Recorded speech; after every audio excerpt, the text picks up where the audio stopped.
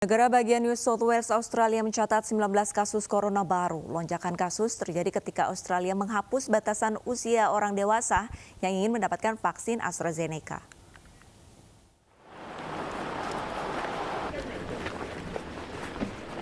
Menteri Pertahanan Prabowo Subianto pada Senin lalu menandatangani persetujuan kerjasama pertahanan atau DCA Indonesia dan Prancis. Penandatanganan kerjasama dilakukan dalam pertemuan bilateral dengan Menteri Pertahanan Prancis Florence Parly di Hotel de Bruyne, kantor Kementerian Pertahanan Prancis di Paris. DCA Indonesia-Prancis memperluas cakupan kerjasama pertahanan Indonesia-Prancis antara lain pendidikan dan pelatihan militer, ilmu pengetahuan dan teknologi di bidang industri pertahanan, kerjasama pasukan pemeliharaan perdamaian, pemberantasan terorisme, serta pengembangan dan penelitian industri pertahanan, termasuk produksi bersama. Selain itu, DCA juga memuat kerjasama terkait bantuan kemanusiaan dan penanganan bencana seperti pandemi COVID-19. Kedua negara kini berpeluang memaksimalkan potensi dan keunggulan kekuatan masing-masing, seperti pengembangan keamanan cyber dan kerjasama alutsista. Peluang kerjasama khusus lainnya adalah dukungan atas implementasi ASEAN Outlook on Indo-Pacific dan French Strategy in the Indo-Pacific.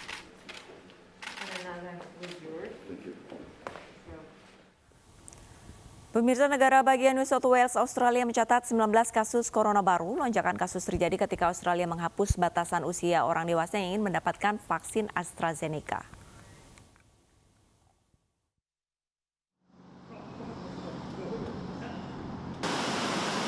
Pihak berwenang di Sydney mengatakan 17 dari kasus varian Delta positif telah terkonfirmasi, sementara sumber dari 2 kasus lainnya sedang diselidiki.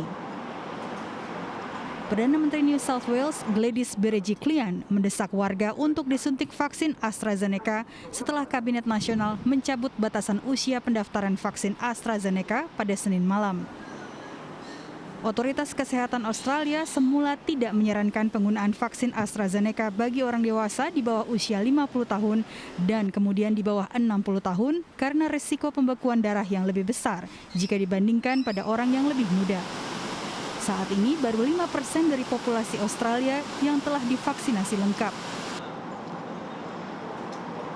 People of all ages, after consulting their GP, will have access to the AstraZeneca. And can I please stress, if you've already had your first jab of the AstraZeneca, please come forward and get your second jab.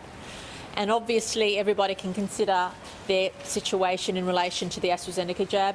But I do also want to stress that until the vast majority of our population is vaccinated, we will have to live differently given this strain of the virus. Sementara itu, Perdana Menteri Queensland Anastasia Palaszczuk mengumumkan lockdown di Queensland selama 3 hari setelah 2 kasus baru yang ditularkan secara lokal terdeteksi. The risk is real and we need to act quickly, we need to go hard, we need to go fast. So and I want to just say to everyone, I know we're in the middle of school holidays and I know people have made plans, but we've just got to do this. And we've got to do this for 3 days, so there'll be a lockdown for 3 days. And I don't want it to be 30 days, so we just have to do this. So from 6 p.m. tonight until 6 p.m. on Friday, Southeast Queensland, Townsville City, Palm Island and Magnetic Island will go into lockdown. Queensland Tenggara, Kota Townsville, Pulau Palm, dan Pulau Magnetic akan dikunci hingga Jumat pukul 8 waktu setempat. Perth dan Darwin juga akan di-lockdown. Lockdown selama 2 minggu diberlakukan pada akhir pekan lalu di Sydney, kota terbesar di Australia yang berpenduduk lebih dari 5 juta orang, serta di daerah sekitarnya.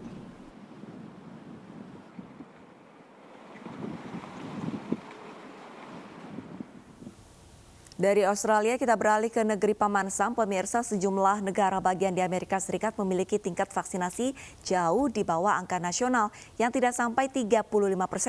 Padahal pasokan vaksin Pfizer dan Moderna yang teruji melawan varian Delta mencukupi. Pada saat yang sama, banyak negara bagian kembali membuka kegiatan ekonomi termasuk konser musik dan opera. Setelah konser Foo Fighters di Madison Square Garden sebelumnya, Giliran Bruce Springsteen menghibur warga New York serta turis ke kota tersebut di St. James Theatre, sekaligus membuka kembali pertunjukan Broadway berdasarkan kisah hidupnya.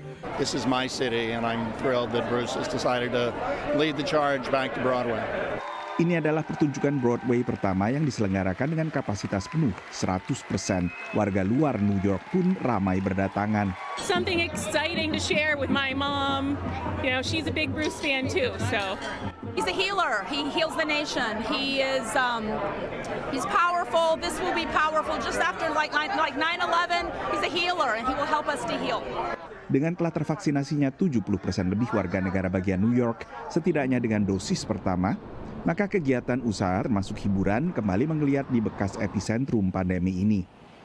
Setelah istirahat panjang akibat pandemi, kota New York kini kembali beraktivitas sesuai dengan julukan lamanya sebagai kota yang tidak pernah tidur.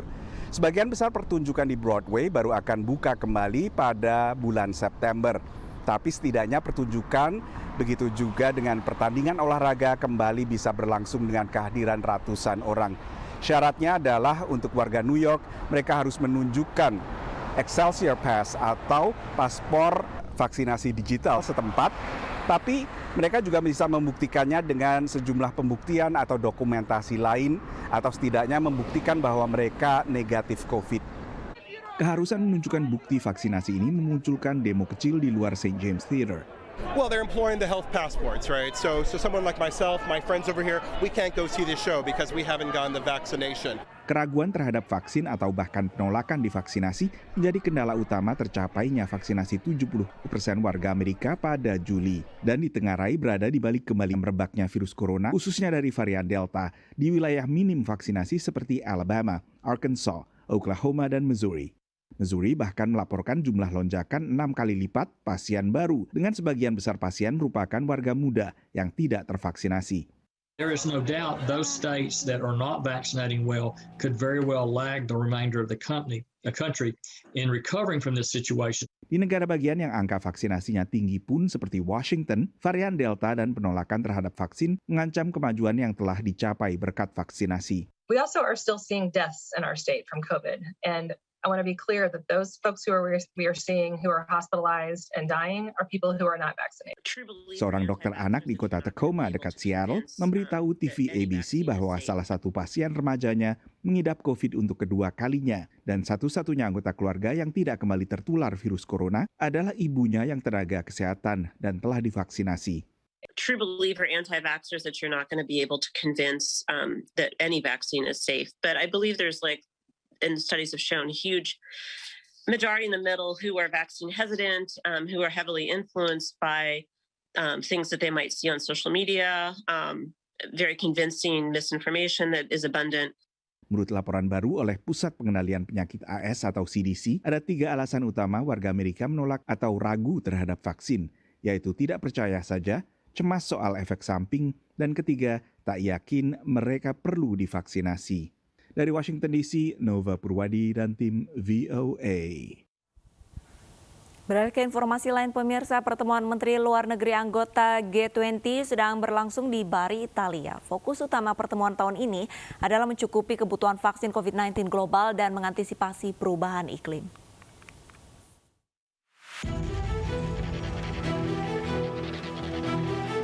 Di tengah-tengah pandemi COVID-19, pertemuan para Menteri Luar Negeri G20 tetap dilangsungkan di Italia. Menteri Luar Negeri Italia Luigi Di Maio menyambut sejumlah rekannya di Bari, Italia Selatan pada Senin malam waktu setempat. Di antaranya terlihat Menteri Luar Negeri Inggris Dominic Raab, Menteri Luar Negeri Jerman Heiko Maas, dan Menteri Luar Negeri Indonesia Retno Marsudi. G20 secara resmi dimulai pada Selasa di Matera, sekitar 66 km dari kota Bari. Pertemuan tahun ini akan fokus pada peningkatan kerjasama antar negara dalam isu perubahan iklim, kesehatan, dan pembangunan. Pengadaan vaksin COVID-19 secara global menjadi perhatian khusus para menlu G20, terutama akses vaksin di negara-negara miskin seperti Afrika yang teramat minim.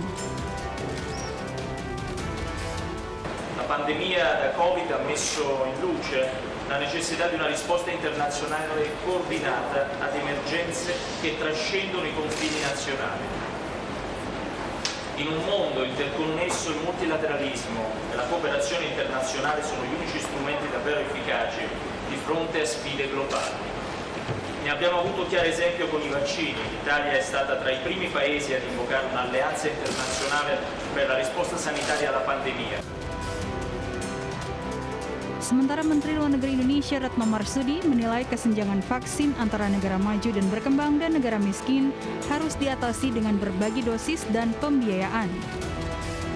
Khusus di Indonesia, Menlu telah menjajaki kerjasama dengan Jepang dan India.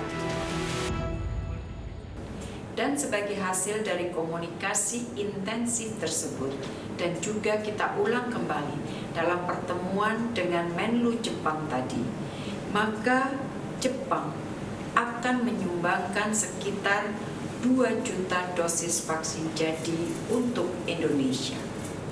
1 juta dosis vaksin direncanakan akan tiba pada tanggal 1 Juli 2021, sementara pengiriman kedua menurut rencana akan tiba pada pertengahan Juli 2021. Sementara itu dengan Menteri Luar Negeri India, saya menyampaikan harapan agar izin ekspor beberapa obat-obatan terapetik dari India ke Indonesia yang saat ini diperlukan Indonesia agar dapat diberikan kelonggaran. Di luar pertemuan, puluhan orang menggelar aksi damai di jalan-jalan Kota Bari menentang kedatangan para Menlu anggota G20. Questo summit dei ministri degli esteri, noi abbiamo detto che sono loro che in prima persona organizzano le politiche migratorie, sono loro che determinano, la povertà in molti paesi e oggi stiamo anche in presenza non solo di una povertà, ma anche di un disastro ambientale che è stato fatto per esempio nel mondo arabo, nel mondo africano, che costringono migliaia di lavoratori, migliaia di cittadini immigrati a emigrare appunto dalla loro.